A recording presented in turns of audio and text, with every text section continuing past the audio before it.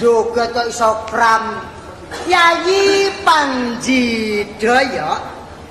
Apa kakang? Lanang to itu. Lanang. Opo Kakang Panji Bancak. Ya. Yayi. Opo? Kosek. Wong iki omong kok. Yayi Panji Bancak. Daya. Opo kakang? Iki ana apa Yayi? Kakang? Iya, Ora ana apa-apa. Sune apa? ora apa-apa ora nyapa-pane. Ya, negara tentrem, praja Jenggala wis ora enek huru-hara maneh. Merga ratune wis kepilih kalau wakile ratu wis kepilih ngono lho. Aku ora kedawan lali aku. Memang ora maca naskahe piye? Aku maca tapi kata-katane lho. Lah kata-katane ya diapalne. Soal kata-kata itu penting, nek kata-katane gak cocok aku. Kakean kata-kata. Yayi Panji Daya, Yayi. Apa kacang? Kakang, kakang. Lah kumu apa? Kacang. Lah lho. Lalu itu sama Yayi Panji Daya, Yayi. Apa? Action aku disoting kok action. Bisa jadi artis ora? Ngapa? Duwe nanggap dhewe.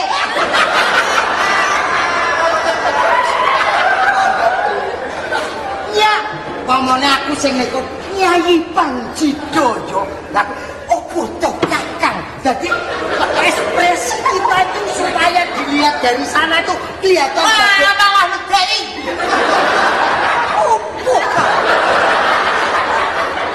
kita itu ketoprak menyongsong Indonesia baru supaya kelihatan penampilannya bagaimana gitu ekspresi wajahnya. Yayi Panji Daya, Yayi.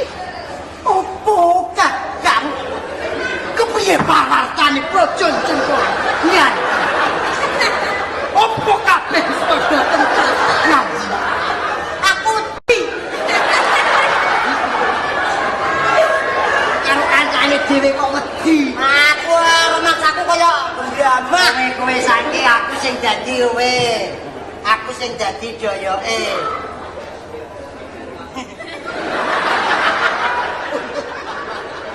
Untune kaya gaplek yang dulu.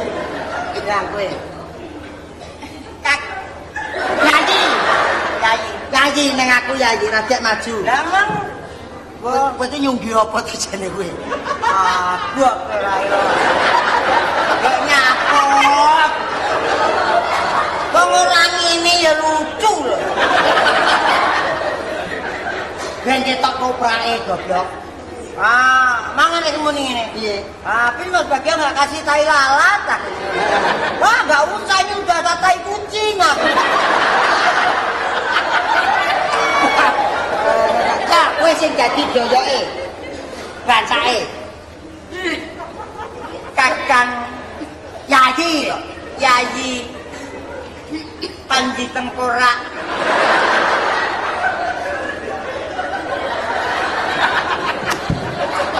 Kaya wong pilek. Awake dhewe dina iki diutus Rama Prabu Amiluhur. Sida apa ora? Ya sida pokoke wong ora wis ngerti nek aku bancak awakmu Daya. Tugas kita hari ini ya ta? Iya. Mengingatkan Panji Asmara Bangun. Ya. Kowe ngerti? Ora. Kowe ora maca naskahe kowe. Lah mulane aku ora ngerti. Di dalam cerita ini Iya. sebab Asmara Bangun Wah kancane terus. Ngomong saya wis langsung ramas. Asmara Bangun itu wis dijodohke. Kowe ngerti dawuhe Rama Amiluhur para pinisepuh ing Jenggala. Pancen gawe Romo Amir Mahmud supaya Amiluhur. Dawuhe Rama Amiluhur dawuhake. iya. babone tanah Jawa. Ya bisa ngendok kok. Babon banget.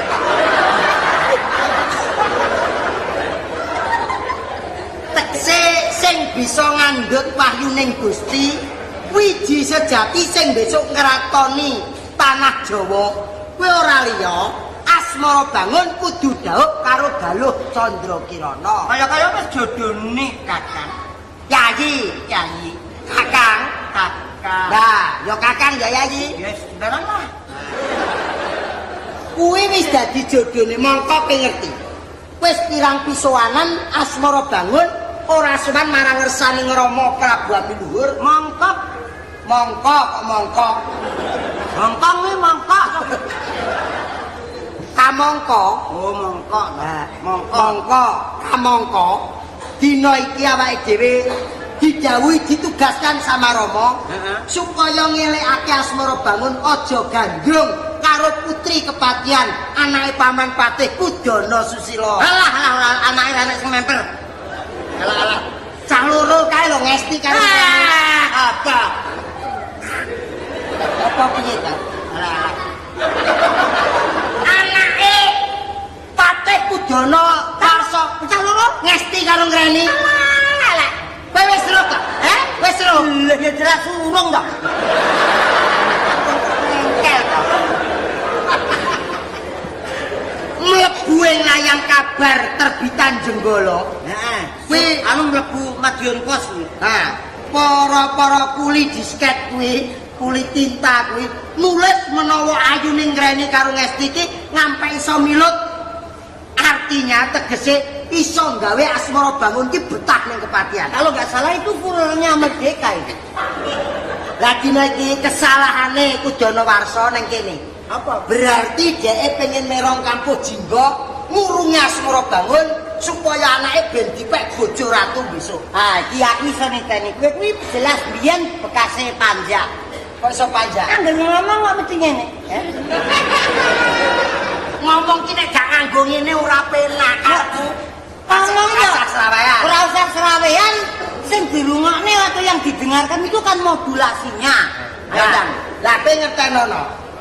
Mergo Asmara Bangun wis pirang-pirang dina ki dheweke sok ning anu kepatihan ki Asmara Bangun ketone nek dituturur anu ora kok gugu apa dawuh wong tuwa. Kowe iki kena telek apa? Piye? Kok iso kaya Aku ngomong nek ra obah ra kepenak. liyane tangan aja obah, sikil aja gerak, lainnya. Yayi Panji Jaya. Wis pirang-pirang dina kowe karo aku ditugaske karo Kanjeng Rama supaya ngelingake Asmara Bangun. Wis wayahe iki manuke nglolo. Piye? Ah, sedih tak suwei raiku kok. Piye? Ngomongnya semua nggak usah gerak.